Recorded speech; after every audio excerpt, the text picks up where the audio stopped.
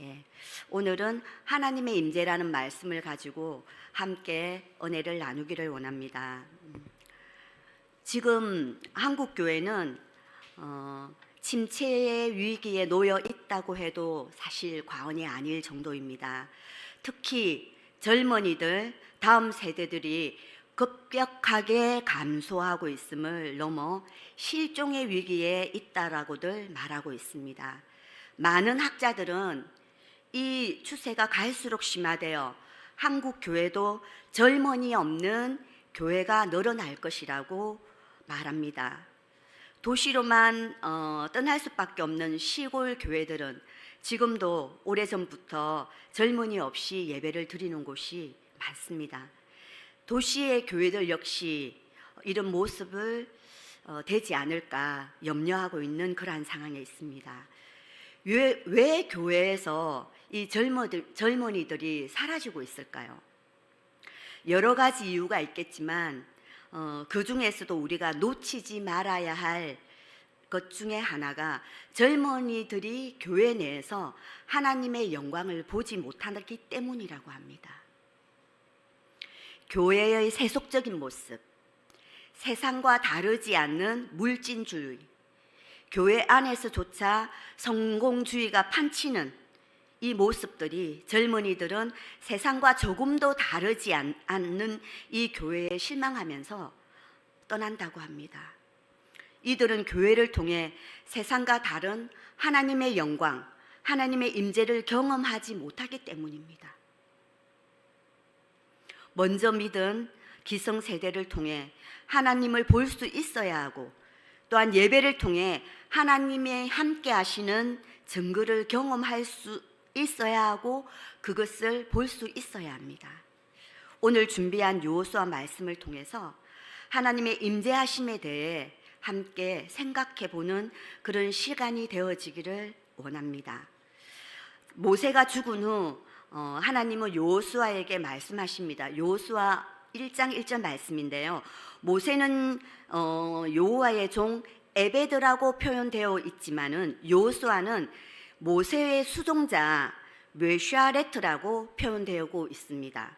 이 표현은 서열의 문제가 아니라 역할의 다름을 말하고 있는 것입니다. 즉 모세와 달리 여호수아는 하나님이 모세에게 명하신 그 일들을 실행으로 옮기는 자라는 것을 의미하고 있는 것입니다. 그래서 여호수아 1장 2절 말씀을 보면 너는 이 모든 백성과 더불어 일어나 이 요단을 건너 내가 그들 곧 이스라엘 자손에게 주는 그 땅으로 가라고 합니다. 여호수아서는요, 모세 오경 속에 계시된 전능하신 하나님이 이스라엘 조상들에게 계속적으로 주시겠다고 약속하신 땅, 그 가나안을 정말 약속대로 이루어 가시는 그 사실을 직접적으로 보게 하는 것이 여호수아입니다. 여호수아 이름은 많이 들어서 알지요. 우리가 여호와는 구원이시다라는 그런 뜻인데, 모세가 죽었기 때문에 그냥 다음 리더로 여호수아를 세운 것이 아닙니다. 하나님은 출애굽기 시대부터 가나안 입성 시대를 위해서 철저하게 여호수아를 준비시키셨습니다. 때가 되매 하나님은 여호수아를 사용하신 것이죠. 우리를 쓰시는데도 여러 가지 모양으로 훈련시키셔서 사용합니다. 때로는 우리가 겪는 일들을 이해하지 못할 때도 많습니다. 저도 그럴 때가 있었거든요. 하나님, 왜 나에게만 이렇게 힘든 일을 허락하십니까? 왜 나는 이런 어려운 일을 겪습니까? 라고 이렇게 말할 때가 있습니다. 그러나 시간이 지나면서 나를 이 자리에 있게끔 하시기 위해서, 또 나를 이렇게 쓰시기 위해서 이런 어려움과 고난을 경험하게 하셨구나 라고 아마 느끼시는 분들도 여기 계실 것입니다. 참 고난이나 연단은 받고 싶지 않지만요, 하지만 고난이 깊을수록, 연단이 깊을수록 하나님이 더 깊게 쓰신다는 것을 이 고난과 연단을 통해서 정말 또한 말씀을 통해서 알게 되더라고요. 그래서 우리는 하나님이 부르시는 자리에 핑계치 말고 순종하는 자세가 무엇보다 중요합니다. 우리가 오늘 읽은 3장과 그 뒤에 4장의 말씀은 이스라엘 백성들이 여호수아의 지도하에 요단강을 건너는 사건을 기록하고 있습니다. 근데 출애굽기 14장에 이스라엘 백성들이 홍해를 건너는 사건이 있죠. 이 홍해를 건너므로 노예의 삶을 청산했다면 이제 요단강을 건너므로 광야에서의 원망과 방황의 삶을 청산하고 약속의 땅, 하나님이 주시고자 한 그 가나안 땅으로 가는 길입니다. 오늘 읽은 본문 말씀 3장 1절에 여호수아가 아침에 일찍 일어나서 그와 모든 이스라엘 자손들과 더불어 시딤을 떠나 요단에 이르러 건너가기 전에 거기서 유숙하니라, 이런 말씀이 있습니다. 이 가나안 행진을 맡은 여호수아는 아침에 일찍 일어납니다. 여기 아침 일찍 일어나는 단어는 히브리어로 보케로라는 단어인데요. 새벽 동트기 전, 그러니까 아직 어둠이 물려가기 전 정말 조금씩 밝음이 찾아오는 새벽 미명을 나타내는 것입니다. 그러니 굉장히 일찍 일어났다라는 의미지요. 성경이 무엇 때문에 이게 아침 일찍 일어난 것을 이렇게 기록했었을까요? 그것은 이스라엘 공동체가 그동안 불신앙과 불순종과 원망으로 암흑 같은 어두운 시간들을 40년이나 보냈습니다. 이런 그들이 하나님이 조상 때부터 주시겠다고 한 이 약속의 땅 앞에 지금 와 있는 것입니다. 그들이 벅차고 감격스러운 마음은 아마 잠을 이룰 수 없었을 것 같습니다. 특히 여호수아는 더 그 감격에 차서 아마 잠을 설치지 않았나라는 생각이 듭니다. 그래서 이 아침 일찍이라는 의미 속에는 이스라엘 공동체의 새로운 각오와 새로운 출발과 새롭게 펼쳐질 하나님이 허락하신 이 시대를 기대하는 이러한 모습을 볼 수 있는 것입니다. 그리고 이스라엘 공동체는 시딤을 떠나 요단에 이르러 거기서 유숙했다라는 말씀이 있습니다. 시딤에서 요단으로 갔다는 것은 단순히 장소의 이동을 말하는 것이 아닙니다. 시딤은 민수기 25장을 보면요, 거기는 불순종했던 땅, 이방 여인과의 음란한 행위를 한 땅, 바알 보호를 섬기던 땅, 그래서 하나님을 배반하고 하나님을 경노시킨 그 치욕적인 그런 땅입니다. 그 후회스럽고 고통스러운 그곳에서 떠나왔다는 것입니다. 우리에게도 시딤과 같은 기억하고 싶지 않은 과거가 있을 수 있습니다. 어쩌면 아직도 시딤에 머물러 있는 분도 계실 수 있습니다. 시딤을 떠나지 않고는 결단코 요단으로 갈 수 없습니다. 그곳에서 떠날 수 있는 것은 오직 하나님의 은혜로만 가능한 것이지만, 그러나 결단은 내가 해야 할 내 몫인 것입니다. 이스라엘 공동체가 시딤을 떠나 요단으로 간 것처럼 의심과 두려움과 불신앙의 시간으로부터, 그리고 때로 상처받은 마음, 그리고 누군가를 미워하는 마음, 이러한, 그리고 남들에게 말하고 싶지 않은 이러한 아픔, 이러한 것들이 있다면 이스라엘이 시딤을 떠난 것처럼 우리도 이 시간에 시딤을 떠나는 그러한 시간이 되기를 간절히 바랍니다. 우리에게 하나님은 새로운 한 해를 선물로 주셨습니다. 2024년의 표죠. 그리스도를 알고 나타내는 삶. 이 표처럼 우리는 그리스도를 알고 나타내는 새로운 여정의 삶으로 예수가 정말 어떤 분인지 알아가고, 또 예수님을 만나는 삶으로 그 예수님을 경험하고 나를 통해서 그 예수님이 나타나 보여지는 삶으로 우리는 살아가는 이 한 해를 준비하는 첫날이 되기를 간절히 원합니다. 요단에 당도한 이스라엘 백성들은 2절 말씀에 사흘 후에라는 말씀이 있습니다. 이거는 3일의 끝이라는 말씀인데요, 의미인데, 이거는 이스라엘 공동체가 5절에 나오는 말씀처럼 여호와 앞에서 먼저 자신을 성결하게 거룩하게 준비하며 기다리라는 그 기다림의 시간입니다. 거룩하다, 성결하다는 것은 단지 윤리적인 그런 개념이 아닙니다. 성결하기 위해서는 하나님과 완전하게 밀착되지 않고서는 우리가 가질 수 없는 것입니다. 하나님을 향한 전적인 신뢰함, 그리고 하나님을 향한 온전한 믿음, 이러한 것들이 있었을 때에 우리는 정말 성결하게, 거룩하게 살 수 있습니다. 외부적인 순결이 아니라 인격의 성결을 하나님은 원하십니다. 우리의 심령을 하나님은 정말 성결하게 살아가기를 원하십니다. 이 성결함을 위해 이스라엘 공동체는 요단강 앞에서 이 기다림의 시간이 필요했던 것입니다. 본문 3, 4절 말씀을 보면요, 관리들이 진중으로 두루다니며 백성들에게 하나님의 명령을 전합니다. 레위 사람 제사장들이 너희 하나님 여호와의 언약궤를 매는 것을 보거든 너희 있는 곳을 떠나 언약궤를 따르라고 합니다. 그리고 백성들과 언약궤 사이를 2000규빗은요 약 900m 정도 되거든요. 이 거리를 두고, 이 언약궤와 거리를 두고 그 뒤를 따라라는 것입니다. 그리하면 너희가 행할 길을 알리니 너희가 이전에 이 길을 지나 보지 못했다고 합니다. 이 가나안 전쟁은 전술과 무기의 싸움이 아니라 하나님의 임재의 싸움인 것을 말씀하고 계신 것입니다. 불가능해 보이는 이 요단강을 건널 수 있는 길은 오직 언약궤를 바라보며 따라가는 것입니다. 여호수아에서 언약궤가 처음 등장하는 것이 바로 이 요단강 도하 사건을 앞두고 있는 건데요. 여러분 알고 계시죠? 이 법궤의 또 다른 명칭이 증거궤, 언약궤, 이건 다 같은 말이라는 것을 아마 알고 계실 겁니다.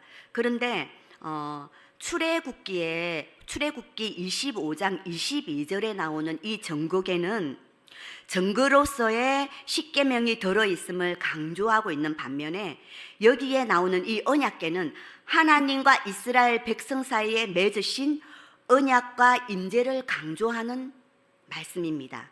이 언약궤는 가나안 정복과 이게 또 정복 이후의 왕정 시대를 열어가는 모든 역사의 과정에 이 언약궤가 등장합니다. 히브리서의 신약에 와서도 히브리서에서 이 언약궤가 등장하고 있습니다. 그래서 이 이스라엘에게 이 언약궤는 승리를 보장해주고 하나님의 임재가 있으신 곳이므로 기적의 현장으로 모두 다 그렇게 생각했습니다. 그래서 이스라엘 전쟁은 할 때마다 이 이스라엘 사람들은 이 언약궤를 가지고 전쟁터에 나갔습니다. 그런데 언제부턴가 하나님 없는 언약궤만 들고 전쟁터로 나가게 되는 이러한 사건이 있습니다. 결과는 어떻겠습니까? 당연히 패배입니다. 경건의 모양은 있지만 경건의 능력이 없는, 입으로는 우리가 주여 주여 하지만 예수 없이 내가 주인 되어 살아가는 삶, 십자가 없이 영광만 구하는 형식만 남아있는 신앙생활을 혹시라도 우리가 하고 있는지, 우리가 만약에 그것을 깨닫지 못하고 만약에 살고 있다면 그건 정말 엄청난 일입니다. 그렇게 해서는 절대로 안 됩니다. 우리 자신을 이 시간에 돌아보는 시간이 되기를 원합니다. 무엇인가 열심히 하고 있는데 누구를 위해서, 무엇을 위해서 열심히 하고 있습니까? 열심의 주체가 무엇이며 누구인지 우리는 정말 날마다 자신을 점검하지 않으면 우리는 이런 오류에 빠질 수 있습니다. 근데요, 이 하나님이 바라보라는 이 언약궤 안에는 세 가지의 물건이 들어있는 거 아마 우리 여러분들 다 알고 계실 것입니다. 첫 번째, 아론의 상난 지팡이가 있습니다. 민수기 16장 17장 말씀을 보면요, 모세의 근위에 고라 자손이 도전합니다. 그럼 모세의 근위에 도전했다라는 것은 하나님의 근위에 도전한 거와 똑같습니다. 그래, 이 모세의 근위에 도전한 이 고라 반란자들은 죽음으로 온 이스라엘 백성들이 모세를 원망하는 사건이 여기 기록되어 있습니다. 그래서 이 원망하는 것을 보고 각 조상의 가문에 따라 12지파가 있잖아요. 12개의 지팡이와 그리고 아론의 지팡이를 정국의 앞에 두게 합니다. 지팡이는 이미 나무에서 잘려져서 이렇게 다듬어진 거기 때문에 생명이 없는 거나 똑같은 것이죠. 다음 날 이 죽은 아론의 지팡이에만 우미 돋고 꽃이 피고 살구 열매가 열리는 이 기적 같은 일이 일어납니다. 그래서 민수기 17장 10절 말씀에 하나님은 이 아론의 지팡이가 반역자에 대한 표징이면서 이 원망을 그치고 죽지 않게 하라고 합니다. 그래서 생명을 부으시는 하나님의 능력을 바라보는 자는 죽음을 피할 수 있는 그러한 은혜를 주시는 것입니다. 그것이 언약궤에 담겨 있습니다. 두 번째는 만나를 담은 항아리입니다. 출애굽기 16장을 보면요, 먹을 것이 없다고 하나님의 그 기적을 보면서 홍해를 건너간 이 이스라엘 백성들은 먹을 것이 없다고 원망하면서 이스라엘 백성 원망하면서 이곳에서 이 광야에서 죽게 하느냐고 계속 그렇게 한탄하면서 모세를 원망합니다. 이 원망을 들으신 하나님은 하늘에서 양식 만나를 비같이 내려주십니다. 그러면 먹을 것이 있으면, 쉴 곳이 있으면, 입을 것이 있으면 하나님을 잘 섬기겠다고 그들은 말했지만 이 모든 것이 다 주어져도 그들은 계속적으로 원망하며 살았습니다. 하나님의 수많은 기적을 직접 보고 경험했지만 그들은 틈만 있으면 하나님을 원망하며 불평하며 그 40년이라는 시간을 보냈습니다. 그러면 이스라엘 백성만 그런가요? 우리는 이 문제만 해결된다면, 하나님 이 문제만 응답해 주신다면 정말 하나님을 잘 섬기겠다고 혹시 그렇게 하지 않습니까? 문제가 해결되어지고 정말 기도가 응답되었다고 해서 정말 우리는 하나님만을 섬기며 하나님 앞에 순종하고 있습니까? 성경을 통해 이스라엘 백성들을 보면서 이전에 저는 이런 생각을 했습니다. 어떻게 이렇게 정말 이럴 수가 있을까? 이렇게 많은 이적과 기적과 도우심 앞에 끊임없이 원망하고 불평하는 이스라엘 백성들을 보면서 정말 제가 화가 머리끝부터 발끝까지 막 화를 낸 적이 있습니다. 저런 사람들은, 저런 백성들은 벌 받아서 죽어도 괜찮아. 근데 그거 당연한 것을 왜 하나님은 죽이지도 안 하고 계속 왜 용서하시고 또 용서하시는 거야? 이렇게 생각한 적이 있었습니다. 그런데 제가 그들과 조금도 다르지 않다는 것을 하나님은 알게 하셨습니다. 어쩌면 저들보다 더 지독한 죄인이라는 것을 깨닫게 하셨습니다. 정말 저의 생각대로 하나님이 저들을 용서하지 않으셨다면 아마 저도 여기 용서받지 못했기 때문에 여기 서 있을 수 없었겠죠. 당연히 죽음에 이르렀겠죠. 이런 생각만 해도 정말 내가 생각한 것은 너무나 끔찍한 일이었구나. 그리고는 하나님 앞에 하나님 잘못했습니다라고 그렇게 인간의 이 완악한 심령을 예수님이 아니면 해결할 수 없음을 고백하게 되고 그 은혜에 너무 감사해서 정말 날마다 감사할 수밖에 없는 그런 감사의 마음이 생겼습니다. 만나가 담긴 항아리는 결국 하나님의 긍휼하심 앞에 인간의 불순종과 부패한 심령을 보여주는 상징입니다. 신명기 8장 3절의 말씀에 사람이 떡으로만 살 것이 아니요 하나님의 입에서 나오는 모든 말씀으로 사는 줄을 내가 알게 하려 하심이라는 말씀이 있습니다. 인간이 사는 것은 없는 것이 채워졌기 때문에 만족하는 것이 아닌 오직 말씀이 우리의 영혼을 살리는 것을 우리는 고백할 수밖에 없습니다. 그럼 세 번째로 십계명 언약궤 안에는 십계명 돌판이 있는데요. 이 언약궤 안에 들어있는 십계명 돌판은요, 첫 번째의 돌판이 아닙니다. 두 번째의 돌판이 들어있습니다. 그럼 첫 번째의 돌판은 대체 어디 갔을까요? 첫 번째의 돌판은 하나님께 받은 이 십계명은 모세가 율법을 받기 위해서 시내산 하나님 앞으로 올라간 사이 모세가 들이 내려오는 것을 이 이스라엘 백성들은 견디지 못했습니다. 기다리지 못하고 출애굽기 32장 4절 말씀처럼 아론을 통해서 금송아지 형상을 만들어 너희를 애굽 땅에서 인도하여 낸 신이라고 이 금송아지를 향해서 하나님을 부정하고 인간이 손으로 만든 이 형상을 신이라고 칭하면서 백성들은 환호하며 춤추며 노래했습니다. 이 광경을 본 모세는 엄청난 화가 났어 하나님으로 받은 이 두 십계명 돌판을 던져서 가루를 내어 그것을 백성들에게 마시게 합니다. 이 인간이 부패한 마음, 하나님을 인정하지 않는 이 불신앙이 그대로 담겨져 있는 것이 이 언약궤입니다. 그럼 이 언약궤 안에 있는 이 세 가지 물건들은 정말 도저히 용서받기 어려운 인간의 죄 덩어리가 이 들어있는 이 표정인 것입니다. 그런데 이 죄의 표징인 이 언약궤를 듣고 있는 것이 있습니다. 이 듣고 있는 이 언약궤의 뚜껑을 속죄소라고 합니다. 이 속죄소는 금으로 만든 두 그룹의 천사가 날개를 펴서 서로 마주보고 있습니다. 하나님이 이 두 그룹 사이에 임재하실 때에 언약궤를 열어서 인간이 지은 죄를 보시기 전에 이 언약궤 위에 뿌려진 어린 양의 보혈, 어린 양의 피를 먼저 보았다는 것입니다. 그러므로 이 어린 양의 피로 죄를 용서하시며 인간의 죄를 하나님께서 기억지 않으셨던 것입니다. 그래서 이곳 속죄소를 시온소, 은혜가 베풀어진 장소 또는 시온좌, 자비가 베풀어진 자리라고 말하고 있습니다. 시온소, 시온좌가 없었다면 인간들은 하나님의 심판을 면하지 못했을 것입니다. 언약궤는 예수 그리스도를 상징하는 것입니다.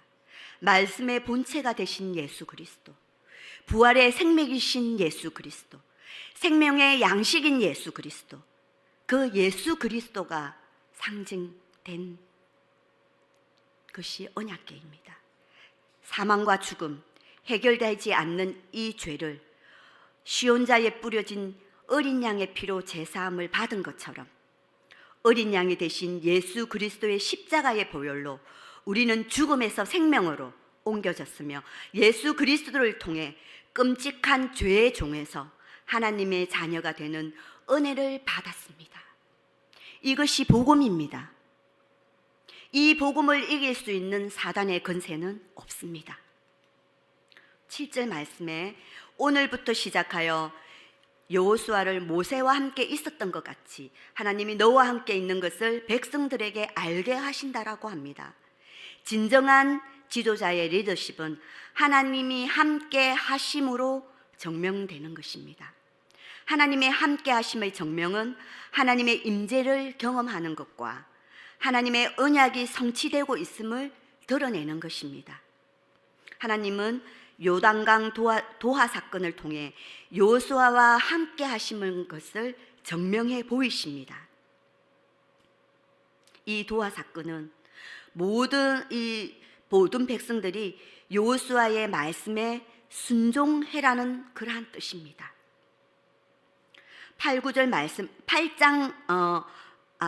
9절 말씀을 보면요, 언약궤를 맨 제사장들에게 명령하여 요단에 이르거든 요단에 들어가라고 합니다. 그리고 너희의 하나님 여호와의 말씀을 들어라 합니다.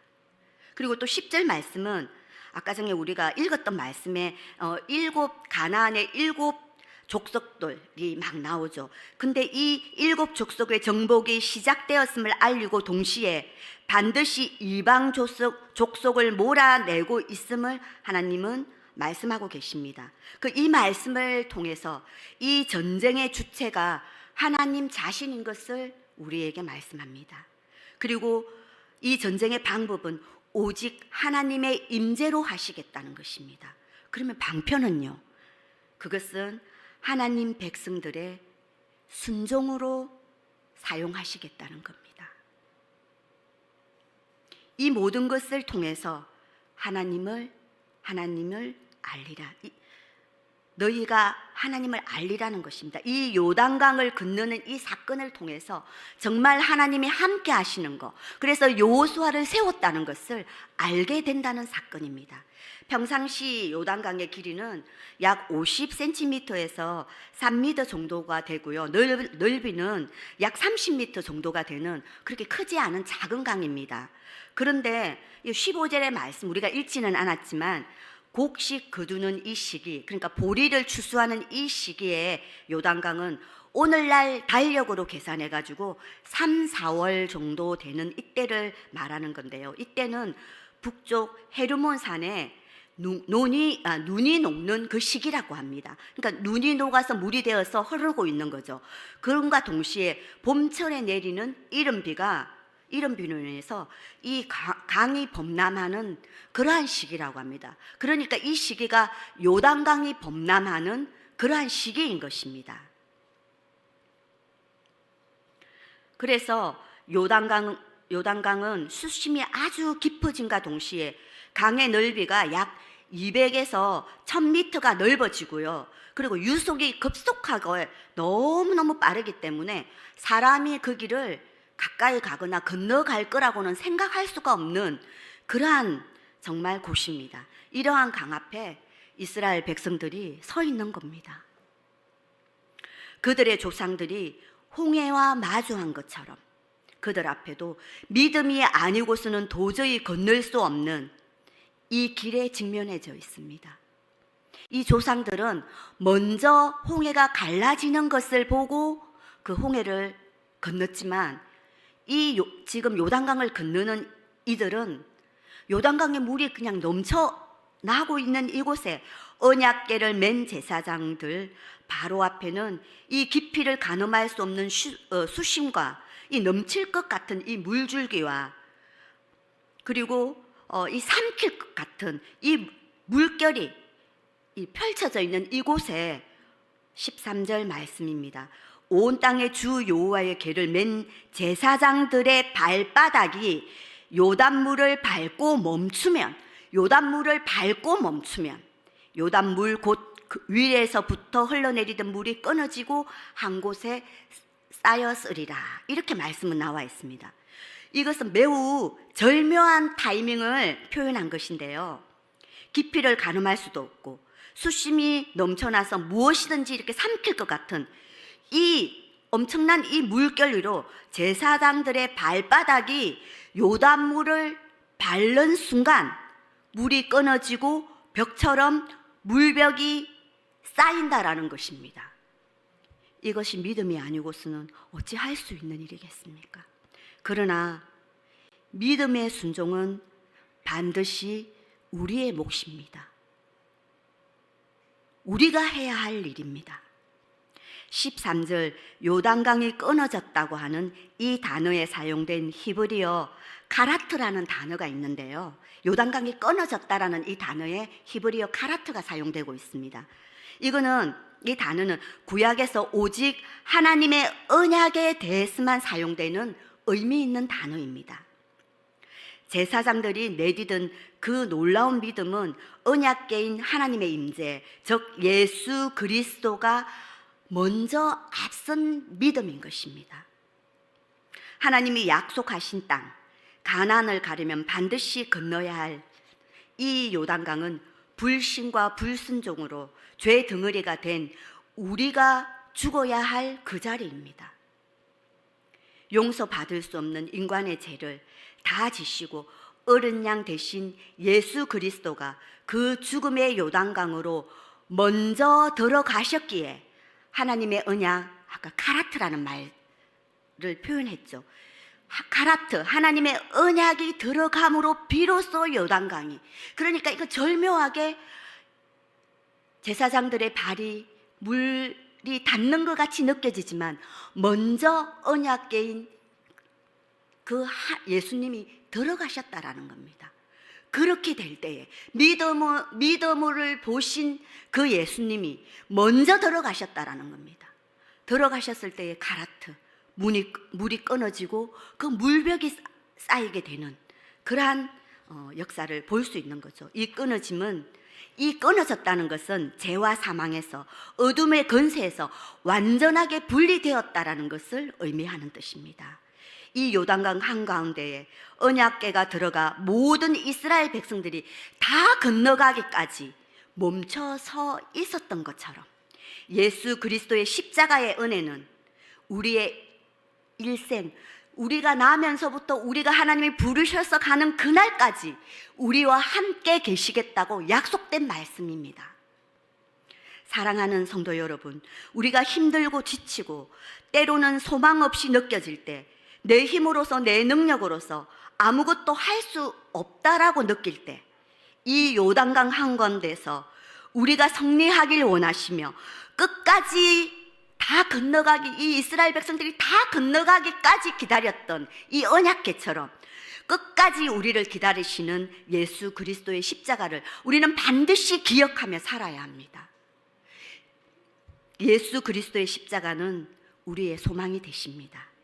예수 그리스도의 십자가는 그 십자가야말로 참 위로가 되며 참 기쁨이 됩니다. 예수 그리스도는 우리에게 새 힘으로 새 능력을 주시는 분입니다. 하나님을 바라보는 순간 우리는 승리자가 되어서 살아갈 수 있습니다. 이제 우리는 매일이 하나님의 임재 가운데 살아야 합니다. 이 24년 말씀처럼 그리스도를 정말 알아가야 되고 정말 우리의 삶을 통해서 그리스도가 나타나는 이러한 삶으로 살아야 됩니다. 왜요? 매일 예수님을 나타내는 이 삶을 예수님이 우리를 그렇게 살도록 먼저 십자가를 통해서 보여주셨기 때문이고 먼저 십자가로 이 모든 것들을 이뤄내셨기 때문입니다. 우리가 결단하여 우리가 하나님의 그 언약궤를 따라가듯이 결단하여 우리가 주님을 바라보고 가면 반드시 24년의 이 표처럼 우리가 살 수 있습니다. 여러분 반드시 이것을 기억하고 정말 이 2024년은 하나님을 알고 그리스도를 알고 그리스도가 내 삶을 통해서 나타나는 그러한 우리가 되기를 간절히 원합니다. 기도하시겠습니다.